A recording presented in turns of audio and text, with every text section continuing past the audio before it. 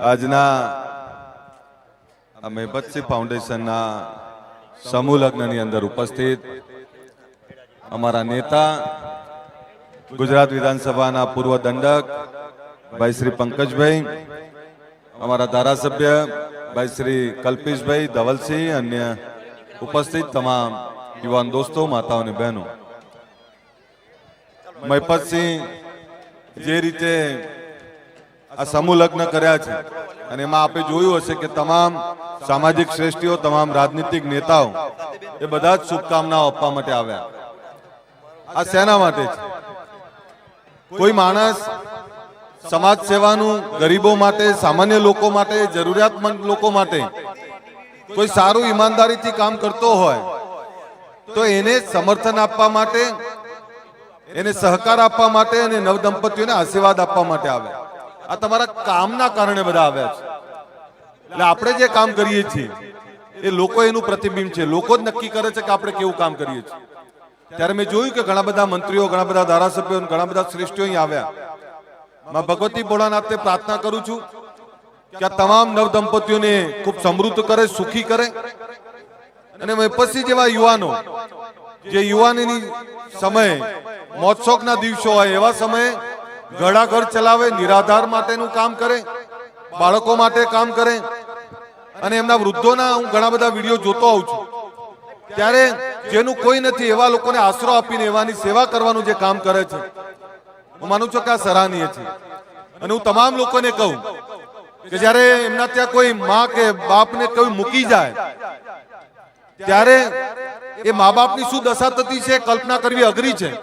પણ આજે એટલું જ કહું, જે પરિવારમાં જેના મા બાપ ખુશ રહે એને આ દુનિયાનો કોઈ ગ્રહ ના નડે, એને ક્યારેય દુઃખ ના આવે. તમારા મા બાપની સેવા કરો. અને એવા તેજી દયાલા જેમને પરિવારે ન્યાય નથી આપ્યો, જેને પરિવારે સાથ નથી આપ્યો, એવા મા બાપોની સેવા કરે તો હું માનું છું કે મેપતસિંહને કોઈ ગ્રહ નહીં નડે. તમે જે કંઈ કામ કરો છો મારી શુભકામના છે. માં ભગવતી તમને ખૂબ સુખી કરે. અસ્તુ. વાહ મારા ભાઈ, thank you so much. Yes, દીકરીઓ અને તમામ યુગલો બધા પ્લીઝ નજીક આવી જાઓ. બધા જો મારો અવાજ તમારા સુધી પહોંચી રહ્યો છે અને તમારા લગ્ન થઈ ગયા છે તો આવી જાઓ ભાઈ. અને હવે હું જેમનું જેમનું નામ બોલું એ બધા આજના જે વરઘોડિયા છે એમને વિનંતી કે આગળ ખુરશીઓ આવી જાય. ભાઈ અમારી દીકરી આયુષીને કશું કેવું છે? આયુષી, યસ, ફટાફટ, ટાઈમ બહુ ઓછો છે, પ્લીઝ. અમારા સંકુલની દીકરી આયુષીને કશું કેવું છે? શું આપણે એને 2 મિનિટ સાંભળીએ?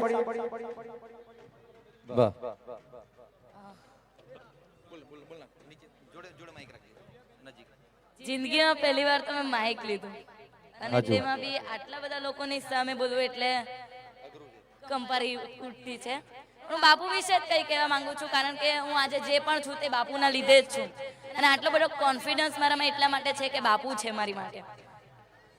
હા, સો બાપુને થેન્ક યુ સો મચ. કારણ કે મેં આજે એ જોયું છે કે શૂન્યમાંથી સર્જન કેવી રીતે કરવું ને તે આપણે બાપુમાંથી શીખીએ. સો એમનામાંથી આટલું બધું શીખવા મળ્યું. હું પણ ભણું જ છું, પણ એના લીધે એના સિવાય પણ મને વિડીયો ઉતારવાનું મળે કે હું સોશિયલ મીડિયામાં આગળ વધું, એના માટેની ઇન્સ્પિરેશન પણ મને બાપુથી જ મળી છે. તો બાપુને ખૂબ ખૂબ ધન્યવાદ. અને તમે અહીં બધા પધાર્યા તો આપ સૌને પણ ધન્યવાદ. Thank you so much. Thank you. અને આપણી વચ્ચે રાજદીપસિંહ બારોટ અને વનિતાબેન બારોટ છે. યસ, આ બંનેનો આપણે સ્વાગત પણ લઈ લઈએ. રાજદીપભાઈ ને ફોન કેમ બંધ કરી દીધા તમે બેલા? આવો હે, જલ્દી. અઘરું છે ને? મારું જીવન જ અઘરું છે મારા ભાઈ. અને પેલા પાછળ ગુલદસ્તા છે એ લેતા આવજો પણ. અને વનિતાબેન ના સ્વાગતમાં પિંકીબેન જોડાશે.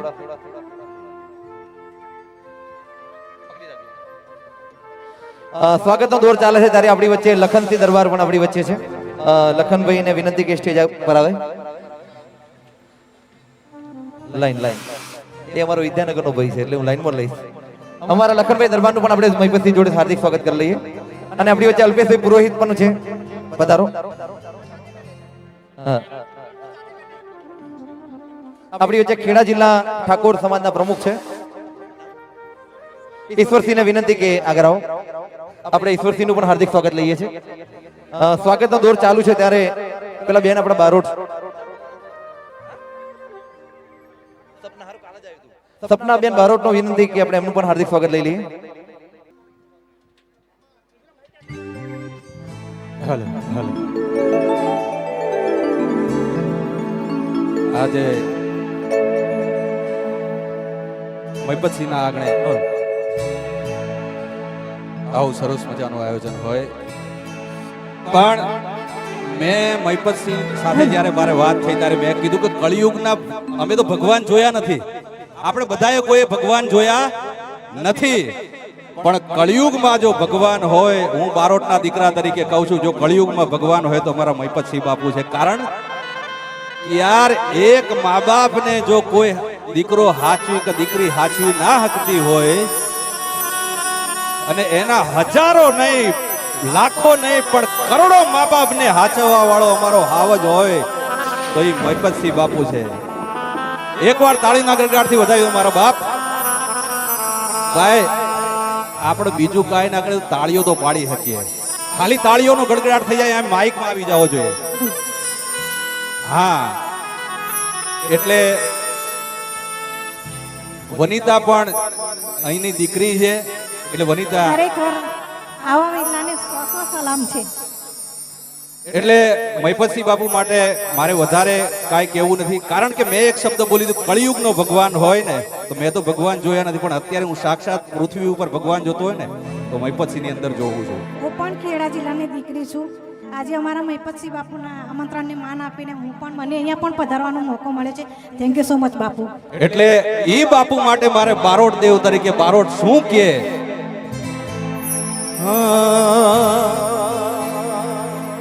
હા બાપુ મહીપતસિંહ બાપુ એક વખત મારી પાસે બાપુ 2 મિનિટ 1 જ મિનિટ આવી જાઓ, પછી તમે જાઓ જ્યાં જવું હોય ત્યારે આવો હાવજ આયા ઊભો હોય ત્યારે મારે બારોટ તરીકે અમે ગઢવીને બારોટ આમાંય બાપુને બહુ માનતા હોય, કારણ કે દરબારોના અંડરમાં અમે મોટા થયા છીએ. એટલે ત્યારે આ બાપુની માટે મારે ગાવું હોય ત્યારે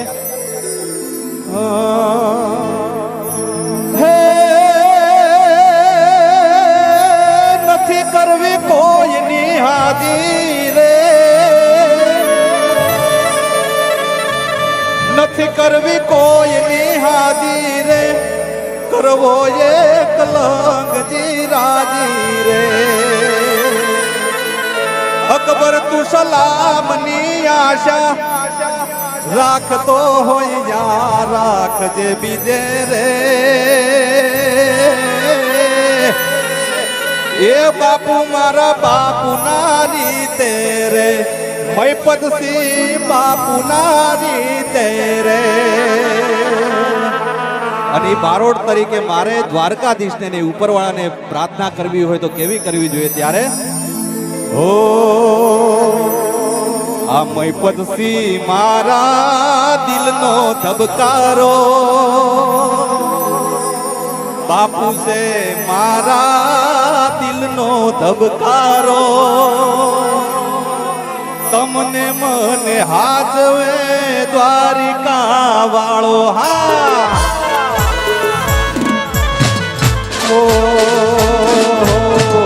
બાપુ છે મારા દિલનો ધબકારો, મહીપતસિંહ મારા દિલનો ધબકારો, તમને મને હાજવે દ્વારિકા વાળો.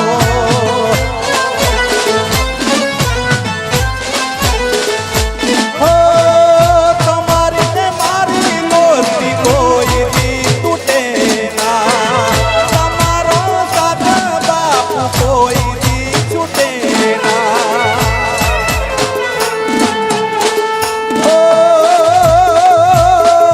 તમારી ને મારી દોસ્તી કોઈ દી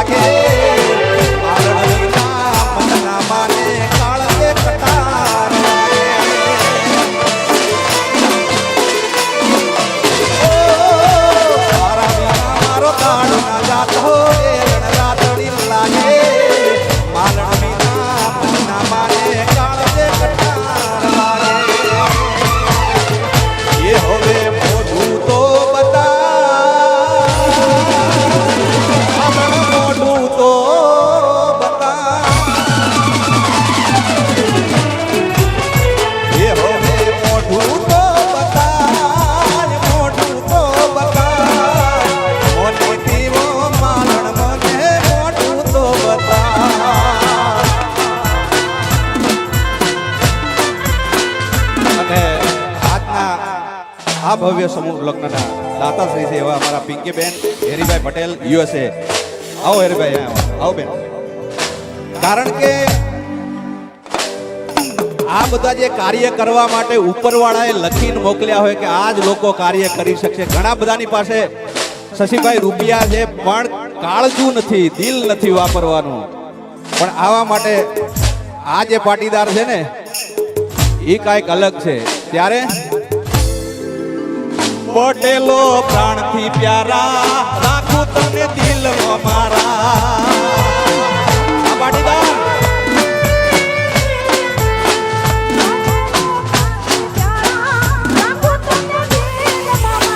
પટેલો પ્રાણથી પ્યારા, રાખું તમને દિલમાં મારા.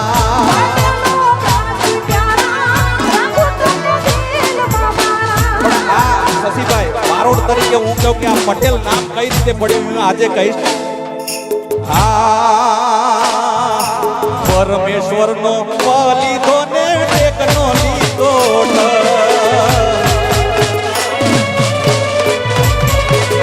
ઓ પરમેશ્વરનો લીધો ને ટેકનો લીધો.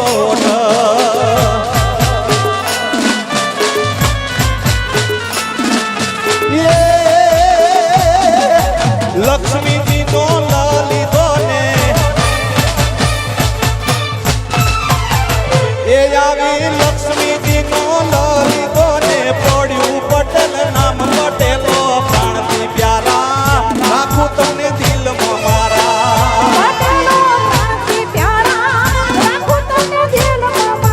મારે પટેલો પ્રાણથી પ્યારા, રાખું તમને દિલમાં મારા.